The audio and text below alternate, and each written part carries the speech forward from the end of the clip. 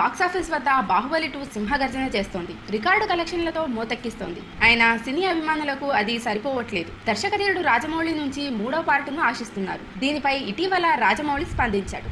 ఉన్నది లేదు అని చెప్పకుండా ప్రేక్షకులను కన్ఫ్యూజన్ లో పడేశాడు. తాజాగా దానిపై క్లారిటీ ఇచ్చే ప్రయత్నం చేశారు రాజమౌళి తండ్రి విజయేంద్ర ప్రసాద్. ఓ వార్తా సంస్థతో మాట్లాడిన ఆయన బాహుబలి 3 పై స్పందించారు. బాహుబలి సినిమా పూర్తయిందని 3వ పార్ట్ తీయడానికి ఏమీ లేదని ఆయన స్పష్టం చేశారు. బాహుబలి 3 ఉండబోదని చెప్పారు. తాను రాజమౌళి దానిపై ఇంకా ఎలాంటి నిర్ణయమూ తీసుకోలేదని, దానికి కథ అంటూ ఏమీ లేదని స్పష్టం చేశారు. బాహుబలి 3 సినిమా లేకపోయినా బాహుబలి రూపంలో వివిధ సిరీస్ ప్రేక్షకులను అల్లరిస్తూనే ఉంటాయని అన్నారు. ఇప్పటికే బాహుబలి కామిక్ సిరీస్లున్నాయని, మరికొద్ది రోజుల్లోనే టీవీ సిరీస్ రాబోతోందని చెప్పారు. బాహుబలి సినిమాకు వేసిన సెట్టింగుల్లోనే వాటి షూటింగ్ జరుగుతుందని పేర్కొన్నారు. కాబట్టి బాహుబలి 3వ పార్ట్ లేకపోయినా ఆయా రూపాల్లో మాత్రం ప్రేక్షకులకు చేరువగానే ఉంటుందని విజయేంద్ర ప్రసాద్ చెప్పారు. మరి విజయేంద్ర ప్రసాద్ వ్యాఖ్యలతో బాహుబలి 3 లేనట్టేనని స్పష్టమైపోయింది.